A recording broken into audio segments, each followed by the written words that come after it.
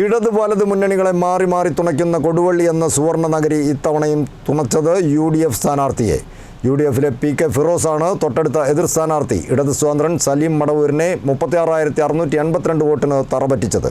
വോട്ടെണ്ണലിൻ്റെ ഒരു ഘട്ടത്തിലും സലീം മടവൂരിന് ഫിറോസിനെ പിന്നിലാക്കാൻ കഴിഞ്ഞിരുന്നുമില്ല. ഇടത് വലത് മുന്നണികളെ മാറി മാറി തുണയ്ക്കുന്ന കൊടുവള്ളി എന്ന സുവർണ്ണ നഗരി ഇത്തവണയും തുണച്ചത് UDF സ്ഥാനാർത്ഥിയെ. UDFിലെ PK ഫിറോസാണ് തൊട്ടടുത്ത എതിർ സ്ഥാനാർത്ഥി ഇടത് സ്വതന്ത്രൻ സലീം മടവൂരിനെ 36,682 വോട്ടിന് തറപറ്റിച്ചത്. വോട്ടെണ്ണലിൻ്റെ ഒരു ഘട്ടത്തിലും സലീം മടവൂരിന് ഫിറോസിനെ പിന്നിലാക്കാൻ കഴിഞ്ഞിരുന്നില്ല. കഴിഞ്ഞ തെരഞ്ഞെടുപ്പിൽ MK മുനീറിനെ ജയിപ്പിച്ചുവിട്ട കൊടുവള്ളി മണ്ഡലത്തിൽ ഇത്തവണ PK ഫിറോസ് സ്ഥാനാർത്ഥിയായപ്പോൾ തന്നെ വിജയം ഉറപ്പിച്ചതാണ്. സംസ്ഥാനത്താകമാനം ഇടതുമുന്നണി കടപുഴകി വീണ ഈ തെരഞ്ഞെടുപ്പിലാകട്ടെ കഴിഞ്ഞ തവണ MK മുനീറിന് ലഭിച്ച 6,344 വോട്ട് ഭൂരിപക്ഷത്തിൻ്റെ 6 ഇരട്ടിയോളം അധികം ഭൂരിപക്ഷമാണ് കൊടുവള്ളി PK ഫിറോസിന് നൽകിയത്.